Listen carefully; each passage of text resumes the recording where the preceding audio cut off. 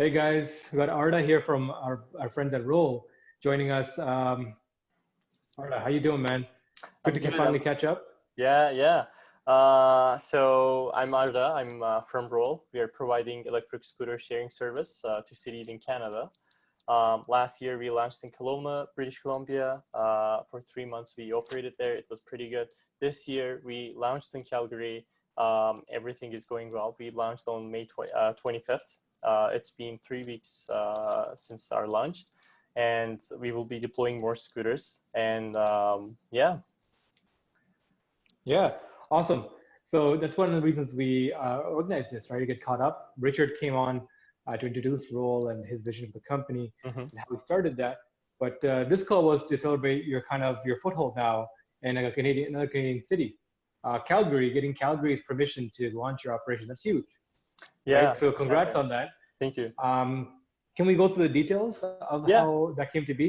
of course. So going back to the actual first launch in Kelowna, so it was in 2019, I believe, in March, April. Um, City of Kelowna announced that they will be having the pilot in their city, the scooter pilot. And Yeah. when we heard this, we applied right away because that was the first city that actually created a framework and allowed Mhm. operators to operate. And well, this wasn't in new at that time. In US, other companies started this in 2017. Mhm. And in Europe, it's also a really huge thing going on for years. So before Canada, it was a really new thing. There was no other scooter company operated. And so Kelowna created the framework, we applied. We didn't have any operational experience at that time. We just had the product, we just had the app, we just applied.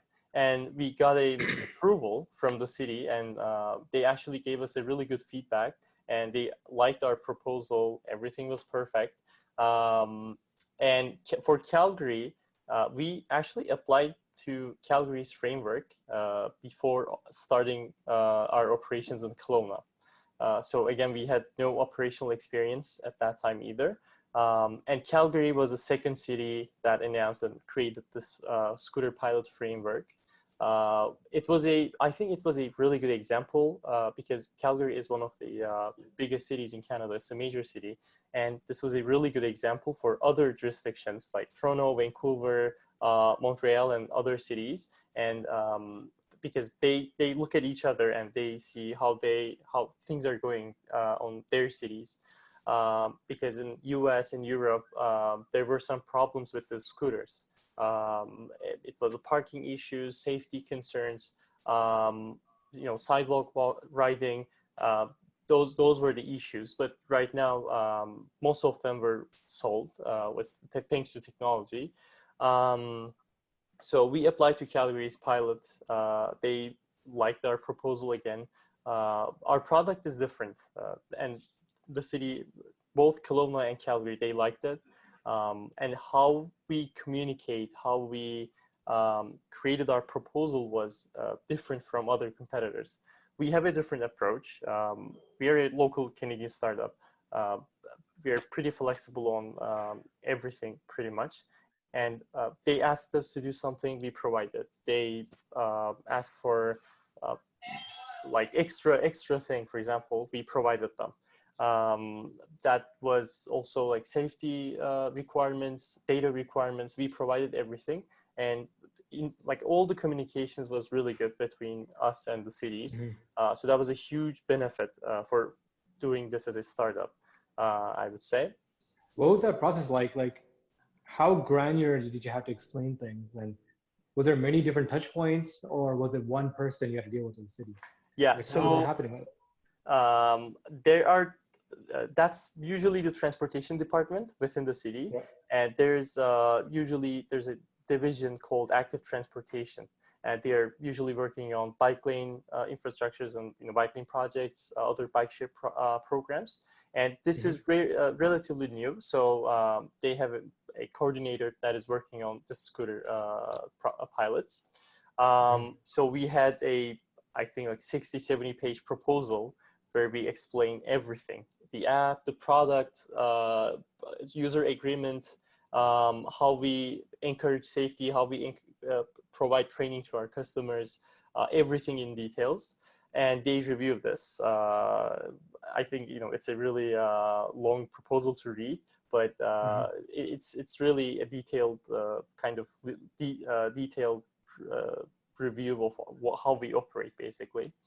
And then once they approve, there are some permit fees that we need to pay, and usually these are really high fees, because well, in general, electric scooter business is an expensive business. You need to provide the scooters. It's also on the street. There's a risk of you know, violence, theft. So there are huge risks, and it's an expensive business. But the outcome is really good so far. Nice. Yeah. But I mean, like, that's awesome that the cities are becoming more receptive to work with startups, right? Like the fact that, you know, they'll take your call and take you seriously. I think that's like a cultural shift that's happened, right? Exactly. There's a process for a company like you to even transact with the city. That's amazing. Exactly, and the feedback that we receive is really good. They well, it's just a simple example. The communication is very flexible and very responsive compared to other companies. When they ask us something, we usually reply within an hour.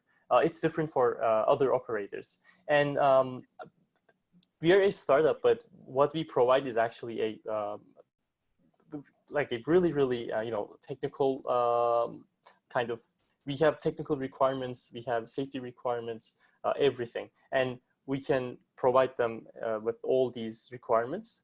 So yeah, I definitely agree that there's a cultural shift between you know, working with a startup and also working with bigger companies, because the other operators, our competitors, are relatively bigger than us, and they have 4 billion valuations, and there's a competition.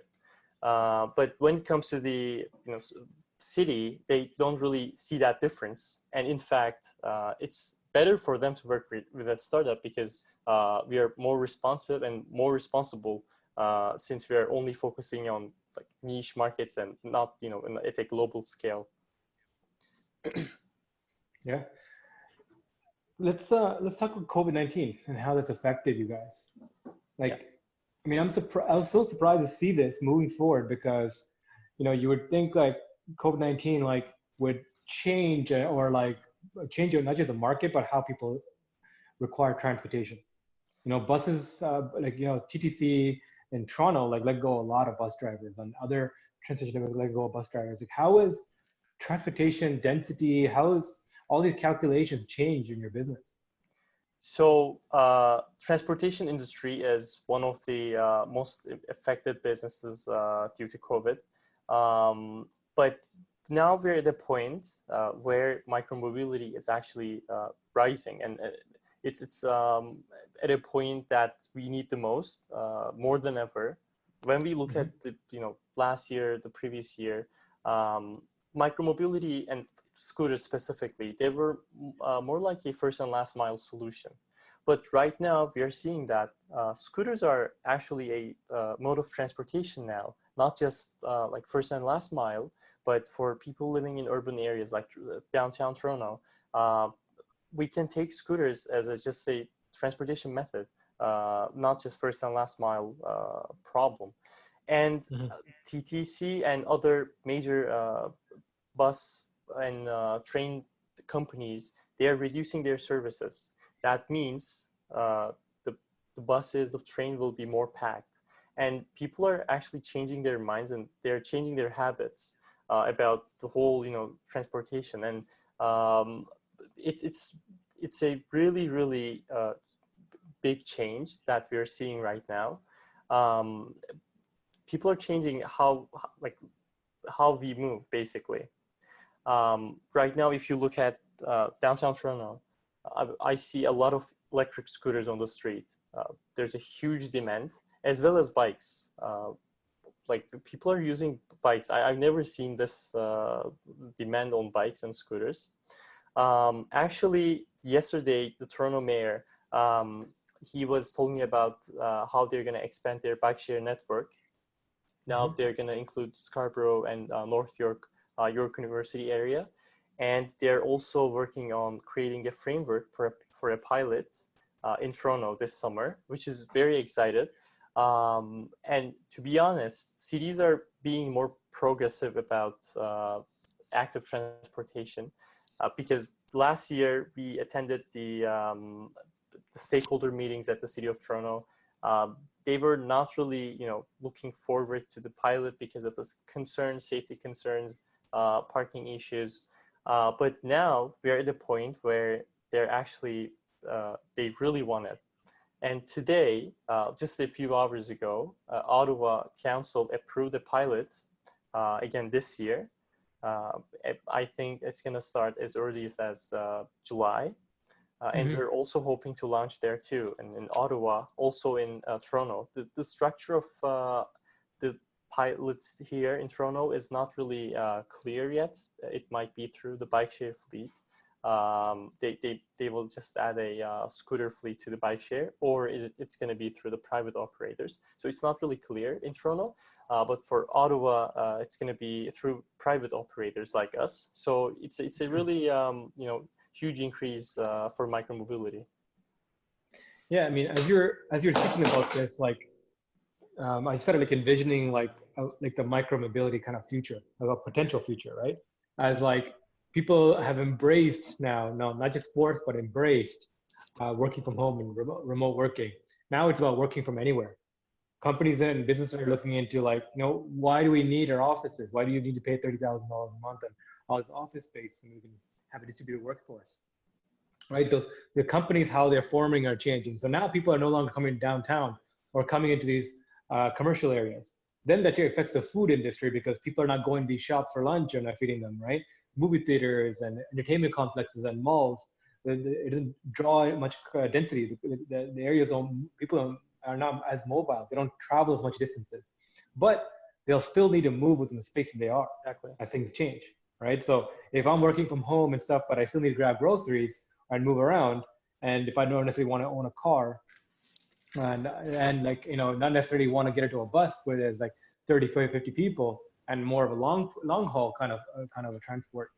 Well, micromobility allows me to, make quick movements around my locality, right? Exactly. Wherever that may be, right? And I think even like the existing infrastructure, like TTC and like other transit commissions, as they're shrinking in size and like letting go of the drivers, they're realizing people are not going to be as mobile anymore. If the demand doesn't spike back up, it's going to severely change the way we move, and our cities kind of the density of the city kind of breeds, right? Like during the day, a whole bunch of Russia workers go downtown to Central Core, work there, operate, do a bunch of activity, and then in the evening they rush back out, right? Like if you look at it as a cyclic process, people are coming in and out of cities all the time, and that's what drives movement, right? Where it's like more unilateral, going to Central and coming out, right, during these rush hour periods. But now it's going to be more decentralized, quick movements around smaller areas. You need a more distributed, wider network system. Exactly. And I was having a discussion with a planner from Metrolinx, and he said their ridership was around like normally, let's say, I actually have the number. Yeah, so their ridership amount has reduced to around like 90%. Wow. So that's a really huge decrease. And he also thinks that in the next 10 years, the active transportation methods will be more popular, and it's going to be like a lifestyle in the future. Since we are using it now, in the future, this might be our habit as well, because so far public transit was very popular. But right now, we're actually seeing a change at that particular piece. So, yeah. That's interesting, right? Like, sorry, go ahead. Oh yeah, and also in Calgary, we launched on 25th. It's been 3 weeks. The ridership amount is crazy. So right now, the mayor actually, when he announced that scooters are coming back, he said, this is not for joyride, it's for essential trips and people who needs to go out and work. Wow. And the amount that we received, so within 3 weeks, we had 3,000 users, 3,000 users, and more than 2,000 trips, which is really Wow. Okay. amazing with a limited Yeah, that's a number of great number. scooters. Yeah, Yeah, yeah. yeah, yeah. And the average riding time is 15 minutes. That's also really long when we compare at a global scale. So it's really good that Calgary, the city, and also the community there, the people living there, they're open with this micromobility options, and they're using a lot. We're very happy, and we are hoping that we can also launch in Ottawa soon, and Toronto, and even Vancouver as well this year. Mm-hmm. Interesting. So, like one of the weird news that I heard recently, kind of sparked a little outrage on Twitter and things. Is I think it was Bird, one of the biggest scooter companies right Yes. now, worth a few $billions. When Bird recently acquired a scooter company in the Middle East. Yes. And when they acquired them, they got like some obscene number, like 1,000 or 10,000 like scooters from this company that they own and operate or used, and they recycled them. They threw them out. Not even recycled them, they threw them out. They disposed of them. And reporters asked, like, these are relatively new scooters that this new company had bought them too. They haven't been in operation for that long. Why not, use them or even sell them? Because there's third-party markets for this now. And they put us up, they gave like some weird answer. There's like, it's like, yeah, like we didn't want to do that, whatever. It made more sense for us to throw it out. And they didn't give a real answer. But think about what they really do. They took competitor out of the market, but they don't want to give the market like cheap scooters for another player to come in at a cheaper cost and offer like, a lower fee. So, I mean, there are these giants kind of floating around in this field. And when Richard, when he came to the podcast, I asked him, like, when two companies like Lime and Bird come in and raise billions of dollars and have this kind of capital move, it's like trying to start a social network when right after Facebook IPOs, right? The amount of like guts and glory you might have you have to have in your head to think that you can go up against big companies and fundraise and build, just kind of points to the kind of value you seek to provide to the market, right? What's the identifier here? I mean, Richard came on and he talked about the hardware. He brought on one of the roll scooters, showed how much safer it is, how much more comfortable it was because it's bigger, more thicker aluminum body, meant more for ridership than just convert it over from a previous market, right? Mm-hmm. You guys put a lot of work on the hardware, a lot of work into the app, but what is it about maybe your vision for what you want to provide that separates you from the rest of these providers? Yeah, that's a really good question. First of all, I saw that news too. Bird acquired one company in Middle East and they recycled all the scooters. When I saw this, I was really sad because the whole idea of providing micromobility and electric scooters is reducing, cars and creating a sustainable transportation method. And mm-hmm. when we see these news, it's not the goal of what we are doing. And I saw a similar news about there was another acquisition. Lime acquired Jump bikes and scooters, and also Jump bikes were recycled too, which was really sad. I used myself. It was really good. It was a good experience, but they were recycled too. So these are really sad news. They can be used. It's for the shared environment. If there's nothing wrong with the bikes or scooters, it can be used. We don't want to recycle scooters that we can use because it's not sustainable.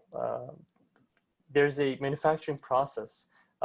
It's not easy, and what we want to do is we want to provide a sustainable mode of transportation. And it's from the beginning of the manufacturing to the actually to the end user.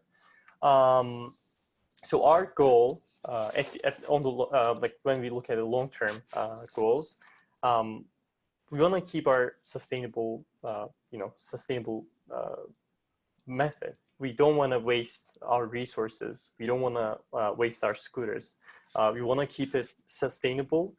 We want to actually reduce and eliminate the risks. Basically, that's riding on sidewalks, safety concerns, and parking issues. We have been working on these components very hard, and we have been developing technologies. And we made a really good progress. We will be sharing updates very soon. Again, we want to create a platform, we want to create a system where people can ride their scooters safely, with no concern, with no safety issue, with no major problem. That's what we want in the long term. And we also want to encourage the cities, the communities to work on the infrastructures and improve the infrastructure. Basically, in Toronto, for example, the city is working very hard, but it's still not enough. We need to create more opportunity, more space for bikers, for scooter riders. That's what we want in the long term. And right now, I think we have a lot of differences from our competitors, because we look at the mistakes that other companies made in the recent years, and we learn from them. We listen to our customers, we listen to their customers, and we try to understand how we can change this whole business, and how can we provide a service that is good for the users, that is good for the city, and that is good for us. So that's what we have been trying to do, basically. Yeah, absolutely. And I mean, I think we talked to your team about this early on, but I have a separate kind of question about the model for these kind of businesses, right? Like, what Lyman Bird did was follow more like a Silicon Valley style where like they brought in external capital through equity raises, and they use that equity to buy a whole bunch of stock and deploy very rapidly with the promise of a high LTV, right? Over the lifetime of the company, they're going to achieve X amount of capital to justify the valuation and grow from there. But these kind of businesses this kind of model is kind of deteriorating now, where everyone's kind of afraid to put their money towards this, right? Like the kind of vision you're providing where micromobility becomes the future, right? Like our companies, like our institutions investing in hardware companies, because from what I'm hearing is like it's very hard right now to fundraise and move forward. How does that affect you right now with the current climate of people being very conservative, right, when it comes to that market? Yeah. So when we approach the investors, this is a question.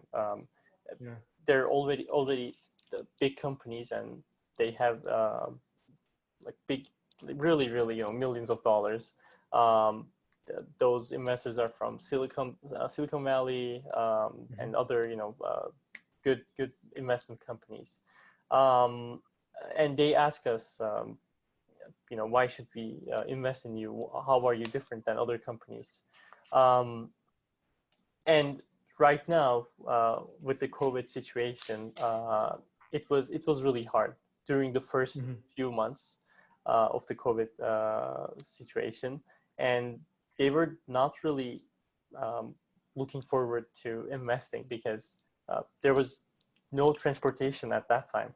And they were afraid that, we're going to be at our home all the time, and there will be no more, traveling. So they were afraid. But right now, they're seeing that things are changing rapidly, especially when we look at China. So we can say that they're done with COVID. They have really a few new cases every day. And the bike the demand on bikes and scooters are incredible. The manufacturers are they're working all the time just manufacturing bikes and scooters. And after seeing this, now they're kind of confident that micromobility will be the next mode of transportation. So I think right now it's a better time for us to talk with the investors and convince them that yes, it's going to be the next huge thing. It was already a popular, and let's say I think in 2019 it was really popular, but in 2020 unfortunately COVID affected. But it's going to be more popular in the upcoming months as cities are expanding their shared scooter roads, creating more frameworks to allow other operators, and new cities are opening up their market too. So it will be more popular.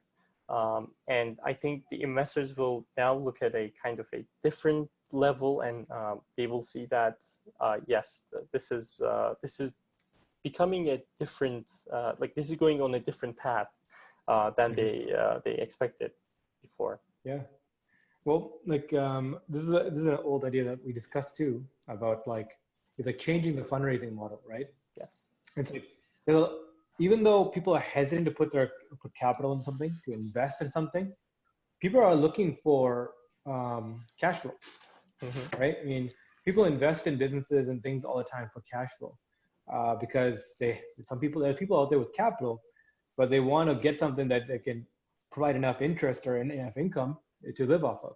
Now that used to be property, right? You buy property, and the rent, pays off your mortgage, and then you get cash flow. You get a cash flow account, or you buy the house out and you own it, and there's a cash flow business. And people have been seeing that, but the housing markets have become depressed. Like there's less movements buying and selling, and people are now buying houses as actual corporation. 18.7% of the housing market that have been purchased in the past, in America anyways, in the past 3 months has been Wall Street companies, right? Finance companies are moving into the property game because it's consistent cash flow of being able to rent them out. Like people are looking for like cash flow kind of businesses. And the idea becomes is like, all these micromobility scooters and other tools that are sweeping around. I mean, they're cash flow instruments, right? Yeah. Is there any kind of methodology or thought process in ways to create these into like micro cash flow investments so people can buy 10, 20, invest 20 to 10, 20 or 100 at a time and effectively own like small pools, right? Like almost like a franchise model. Yeah. Right? Yeah. So that way you can externalize people with capital in order to grow a fleet big enough and you, the managing company, can operate. It's an alternative kind of thinking, right, to the traditional Silicon Valley like equity model. Actually, we are working on a model where we're gonna do platform sharing. So we're gonna sell our scooters and also our platform, and they will be able to log in with for their own city, and they're gonna operate on their own, basically. Like a white label solution. Pardon? Like a white label solution. Yeah, exactly. That's kind of cool. Yeah, because I can imagine like a lot of people out there who have the connections or have the means to want to operate like a micromobility kind of outlet, right? And this way they can almost franchise it out to you guys. That's really interesting.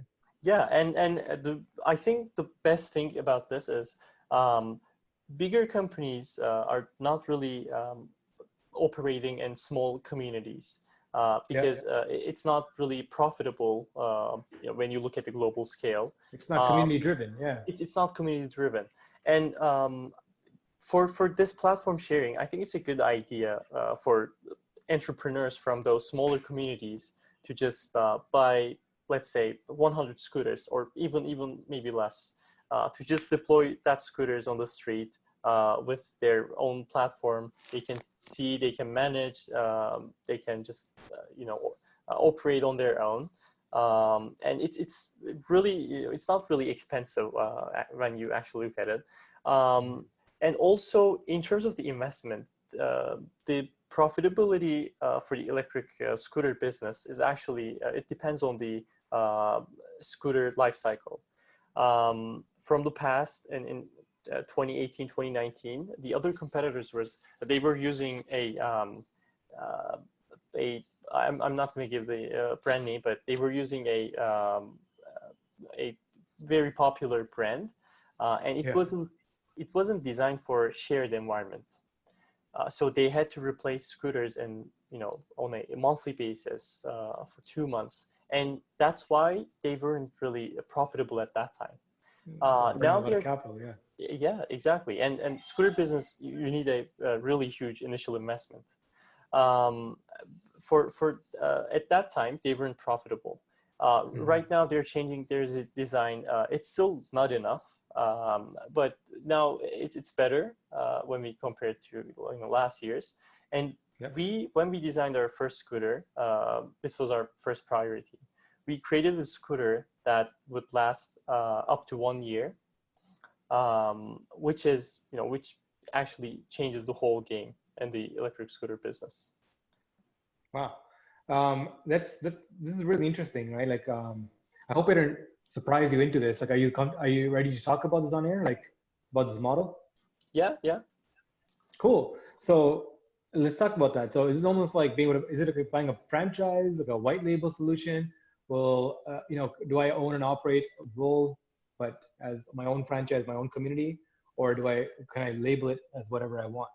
So it will be accessible through the Roll app, but the scooter can be white labeled. It's just like a powered by Roll kind of idea. On the Roll app, we will have the logo of that franchising company, and they can just scan the QR through our app and they can use it. Yeah. But they can own their own. They can manage their own portal or their dashboard. They can see their data. They can operate on their own. And we actually give them kind of a training about our experiences, and how we solved the issues, what we faced with our operations. That's really interesting. So how does somebody who's interested in that go about this? Like, what would the process be? Yeah, so we actually had some conversations with some people. I can't really give the names and the locations. So they can reach out on our email or on our website, and we basically just talk first, and we kind of determine and decide what they need and the requirements, and we move forward based on those information. And we set up everything. We just purchase it. We manufacture the scooters. We give it to them. We give the training. And yeah, that's a really easy process. Cool. And we will be starting. We will be starting soon. Hopefully, okay. Yeah. Cool. I just realized that I'm wearing a really dark sweater, and it's really dark here because of the storm coming, I guess. And I look like a floating head, so this is an interesting effect. But anyways, cool, man. So that's really interesting. So this allows people who want to get into the scooter business or thinking about it to deploy really quickly, because you've done the heavy lifting. You got validated by cities. Calgary's using it, right? You already have scooters that are load tested and made for actual consumer use over a long period of time, and you have a pretty user-friendly application that can be deployed. That seems like a very holistic package. So kudos to you guys. That's really interesting, and I think that's more of a aligned vision to what you want to build, right? More of a community-driven micro-mobility system. Exactly. And I can definitely see that being more interesting. Even in my neighborhood here, I would love to have that, right? Mm-hmm. Because so many times, we're going to the store and it's just too far enough that we don't want to walk, right? And it's kind of annoying to have to get in the car, get it back out and go. If you're trying to grab something locally here, you need to be able to be mobile. That'd be kind of cool. Yeah, exactly. Yeah, and they're fun too, right? I mean, definitely. When Richard brought his demo in, I was zipping around. It was actually a lot of fun. It's interesting because scooters are seen as still a toy, right? Because when we were kids, scooters was that toy, like it's a rollerblade. Yeah, Now yeah. these like powered instruments are actually could be used to get you to work, get you to get groceries, to be actually used for like as a utility. Exactly. I use it in Toronto all the time. Uh, as you said, it's really fun. And I see a lot of people buying scooters these days. And, you know, it's becoming a utility, as you said, like people are using for commutes, for traveling. Hmm. So what else? Any big problems you're facing right now? Um, so the cleaning was a kind of challenging, not really a challenge, but we had to work on that a lot because Hmm. it's a shared environment. We have to make sure that our scooters are clean. We Yeah. introduced some new cleaning procedures. We are cleaning our scooters at least 2 times when it enters to our warehouse. And during the day, our emergency and petrol team, they just go around, clean some scooters, disinfect them, the handlebars and the tube. We also ask our customers to wash or sanitize their hands after each trip, and we clearly communicate with our customers on the app, on our website, and also on our social media channels too. Um, Also, we will be having Would some it part. Yeah. would it make sense, like rather than having a physical team go out and clean and have like, a physical presence, does it make sense to have like hand wipes or something like attached to the scooter, like I have that a pack that can be replaced, right? So people can self sanitize, or is that too much of like a material burden? We were thinking about that, but as you said, that it would be a material burden, and uh, there is no way to kind of safely put it there.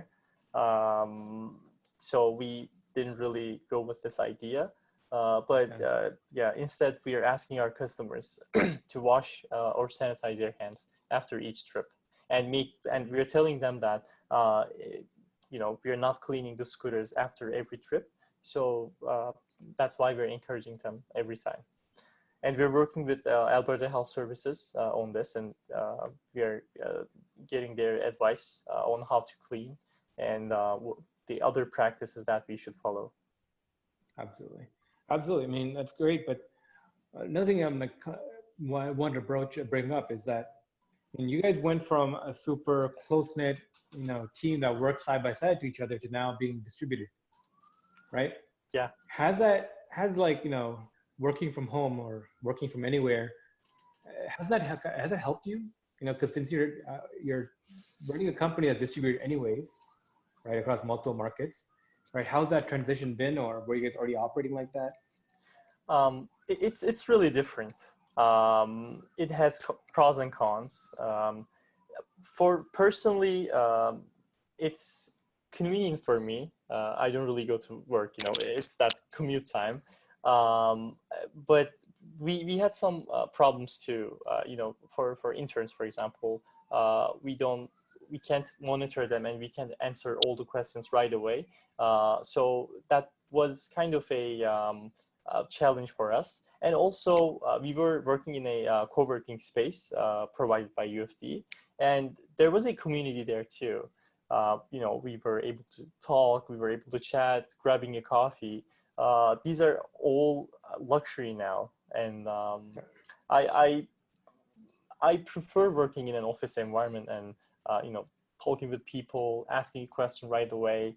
Um, but so far it's going well. We didn't really have a huge issue, um, and well, actually, for our lunch, our team, some some uh, some members of our team went there to assemble the scooters and also prepare for the lunch. But in general, most of the time we're working from home. Awesome. Yeah, I mean, it makes sense to run a distributed company like a micro transfer company virtually, right? But actually operating that, like actually, how does that affect the company culture, right? If someone new joined the company, and you never get a chance to actually physically meet them, Yes. right? How do you deal with that? We had 3 members joined Yeah. over this duration. um, we knew one member before. We worked before. So it's interesting. We have daily meetings. I think that's a good way to kind of keep track of who is doing what, any challenges that we're facing, and we can just call each other, so we are available all the time. So that's also good. But as you said, we're working with some people that we have never met in person. It's an interesting concept. But as long as they're doing their work well, as long as we are communicating well, there's no problem, I think. Awesome. So I think this is where everyone's experiencing this, right? Like 1.3 billion people that lived in previously industrial areas are now forced to figure out a completely new way of like transacting and organizing together. And it's opened ways for new modes of companies forming, right? Like now you can hire, if you get used to the idea of like being able to run a team that never meets, you're no longer constrained to hire talent by where you live. Exactly. Or where you work, right? Does it excite you, or does that does that point to more challenges for you guys and when it comes to like recruiting other people and recruiting the right talent? I think, from my opinion, in general, it's a really interesting concept.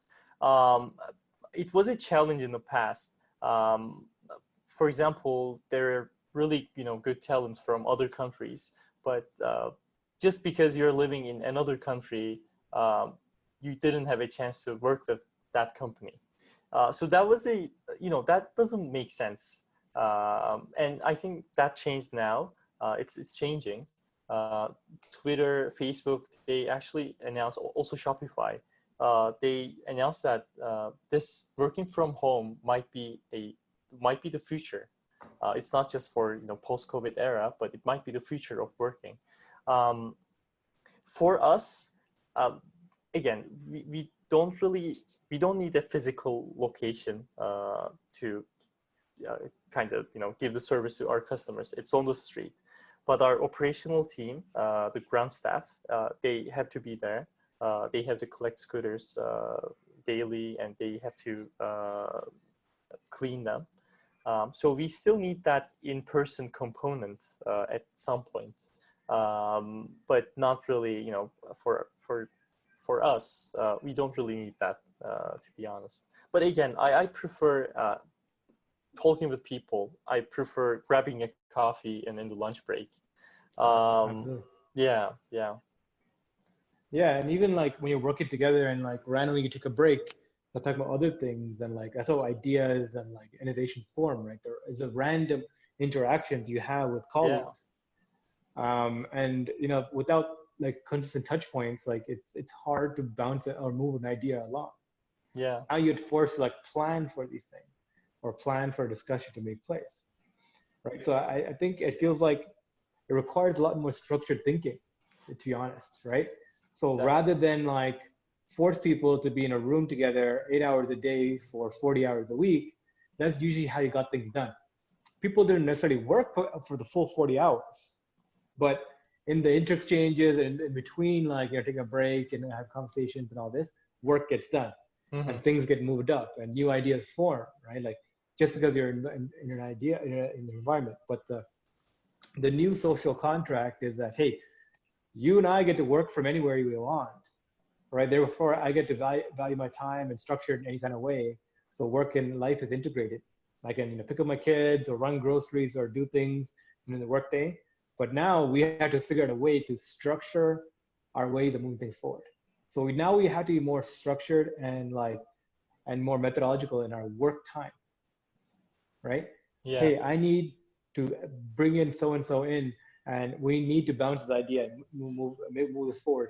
Okay, we need to have constant touch points, so we're aligned as we build out a new tool, a new product, or launch these new servers, right? Everyone in the team has to be more strategic and more aligned in the ways of communicating value. Definitely. Yeah. I couldn't So, agree more. Yeah. so I think it's opening up a new kind of worker, a new type of skill set of being more forward thinking and structured. And I think it's empowering people a lot better than being forcing them to spend an X amount of time in a work environment to allow that to naturally bubble up. Exactly. Yeah. I couldn't agree more. Uh, Again, I think the quality of your, of your work is more important than how many hours you work. Mhm. So yeah, I definitely agree. Yeah. Yeah, it's requiring for new measurements, right? Like of that too, like about what work is, right? How do you guys internally run each other, like manage each other's time? Like, do you guys micromanage at all, provide any touch points, or do you just have tasks that require need to be done by set periods of time? We have daily meetings at 9 a.m., which is really productive for me because I wake up early. Yeah. I have a lot of time in the morning. We give updates on what we're doing, and then there are some other meetings, like daily Scrum meetings for the data team and technical team. Um, Basically, we have tasks. We uh, we kind of decide our tasks on a daily basis.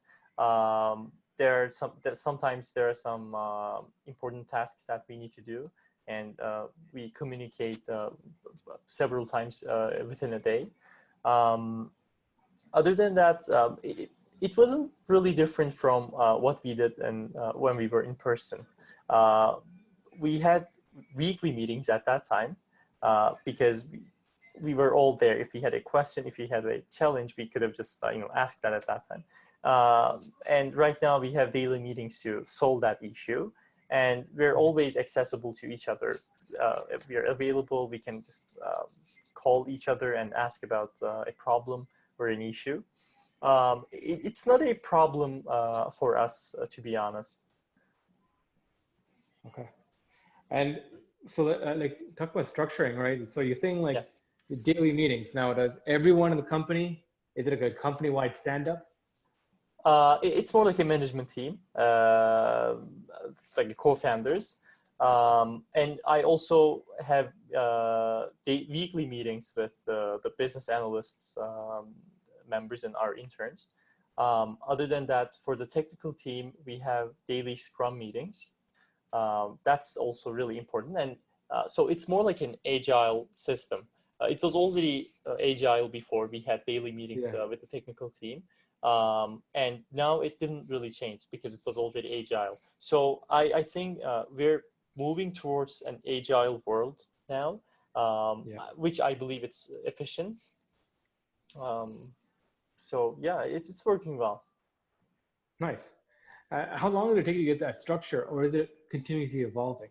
Like, it's trying different management styles, management time periods. Like, Yeah. So uh, when we decide to have our daily having daily meetings, it was after the first month, I believe. We thought it was going to be more efficient to have daily meetings rather than having weekly meetings. So it was after the first month of I think it was in April. We started this in April. And we're always changing based on our requirements.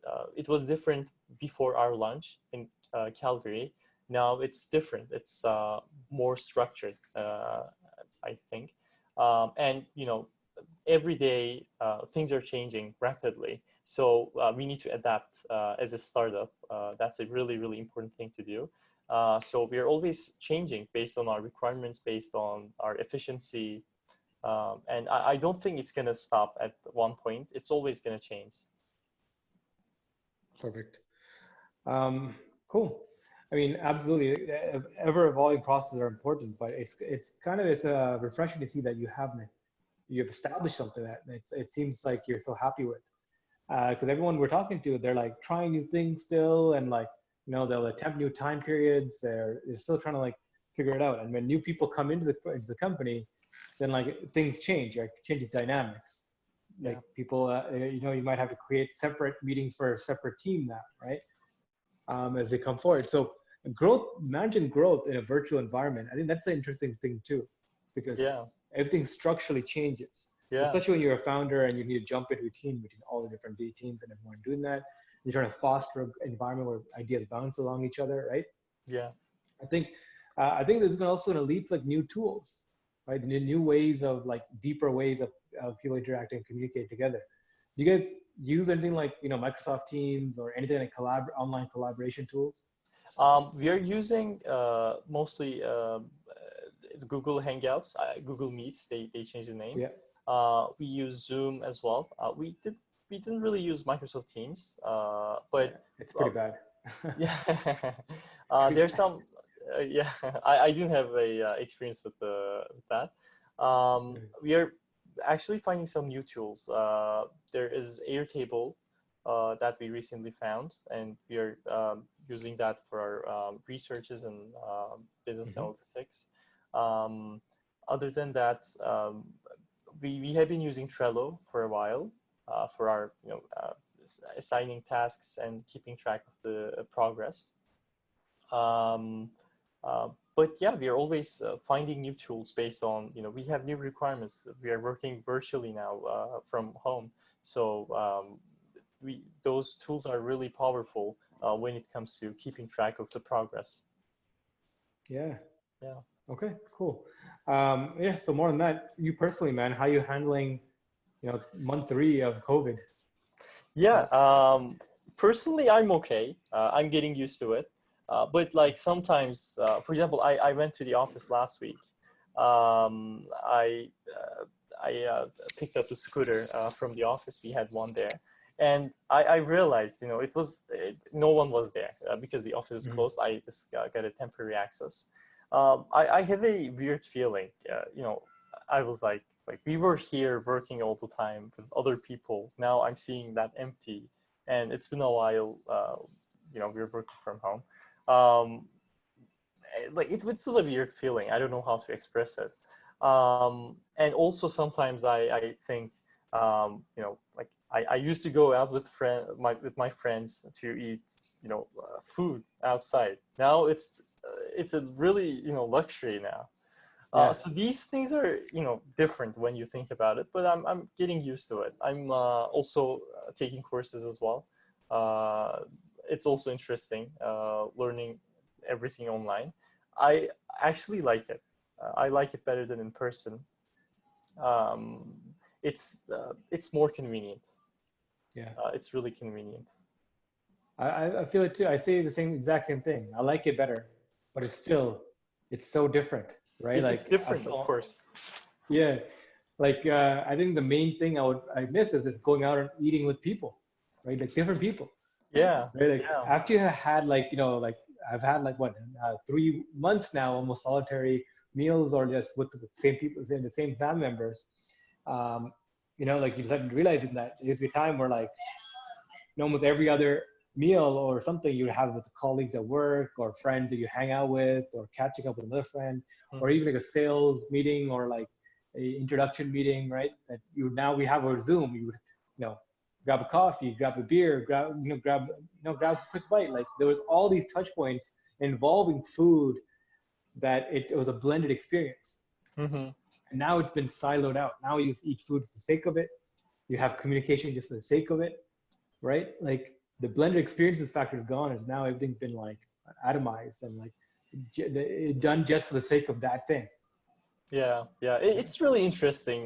It's like we're seeing a new world, Yeah. literally. It's different from what we have seen in the past. But I think we're getting used to it very rapidly. So yeah, we're just adapting. And actually, we had socials in our like office. Also, like we went to bars for monthly social, and now since we can't really meet each other, we are doing this online too. We are playing Kahoot games, Kahoot quiz.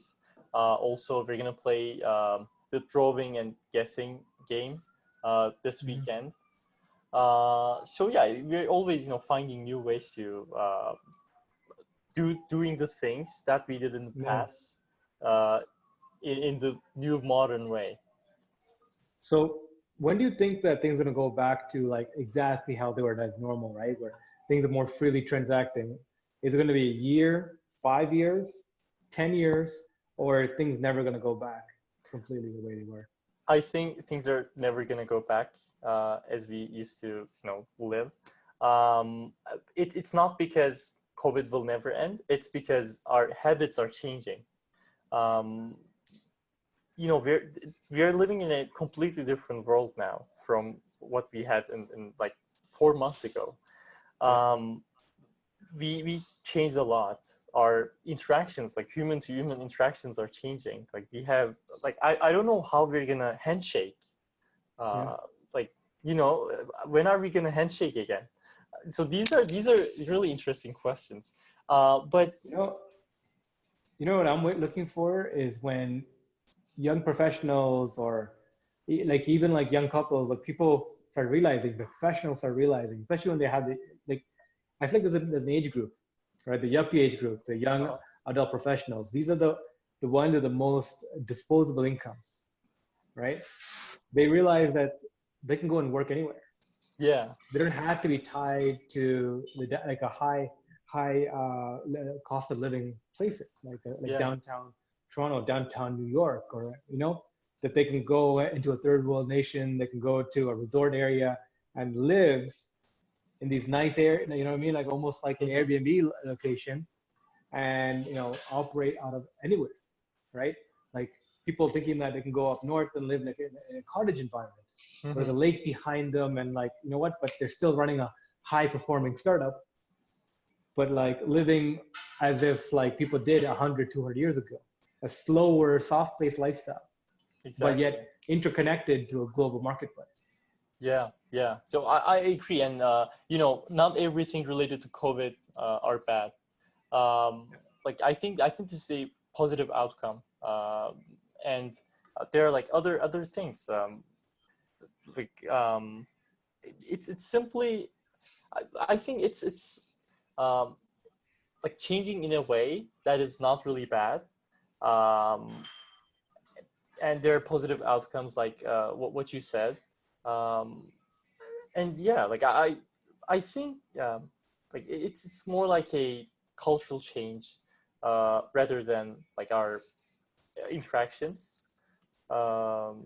Yeah, I hope we will be able to like do some things like eating outside, meeting our friends without actually concerned about COVID soon. But other than that, the other things that changed during this period will probably remain the same. Yeah, absolutely. Perfect. Got it, man. This has been great. Thanks for coming on and updating us about things that roll and what you guys are dealing with. No problem. I Thank you. appreciate, hopefully people got some insights into how, a hardware company like Roll operates, where you have software and hardware, and how you're operating now, working from anywhere. And this new model that you're offering people, to be able to get into this game of micromobility, I think is very fascinating. Hopefully, we can maybe help you move that forward, right, in the future. Yeah. So, thank you, Arda, and thank you for the updates. And Thank you, wish Ravi. you guys roll the best. Thank you. Thank you so much.